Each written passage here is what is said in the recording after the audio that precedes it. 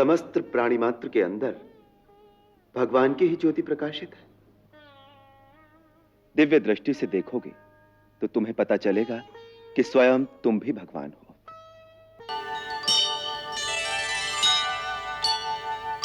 मैं ये अस्त्र तुम्हें इसलिए दे रहा हूं क्योंकि परम शक्तिशाली लवणासुर का वध करने के लिए कदाचित तुम्हें इसकी आवश्यकता पड़ सकती है।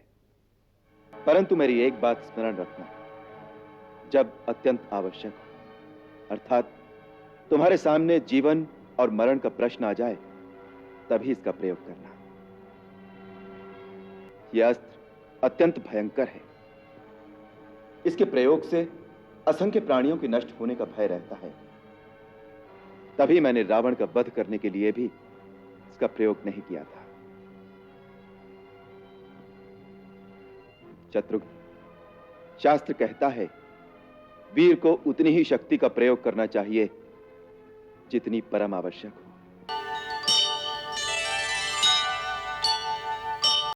आपत्ति काल में केवल वीरता की ही परीक्षा नहीं होती, मनुष्य के धर्म की भी परीक्षा होती है।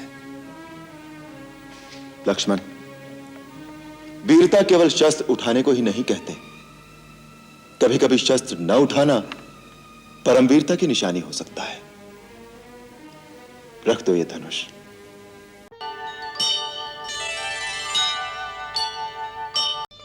सेना और सेवक को पर्याप्त धन देकर और मधुर भाषण से सदा प्रसन्न रखना चाहिए।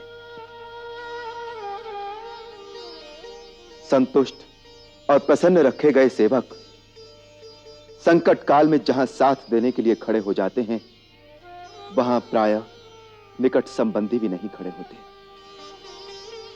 इसलिए सेना और सेवक को संतुष्ट और प्रसन्न रखना चाहिए। एक बात और, पिताश्री ने एक बार मुझसे कहा था कि राजा को सदा सेना के आगे रहना चाहिए। सेना उसका बहुत आदर करती है। समस्त प्राणी मात्र के अंदर भगवान की ही ज्योति प्रकाशित है। दिव्य दृष्टि से देखोगे तो तुम्हें पता चलेगा कि स्वयं तुम भी भगवान हो। उसी प्रकार आर्य सुमंत्र भी भगवान का ही रूप है।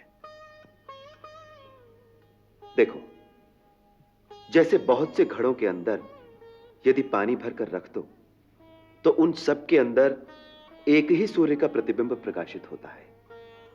वही सूर्य बाहर आकाश में भी है और वही सूर्य प्रत्येक घट के अंदर भी है।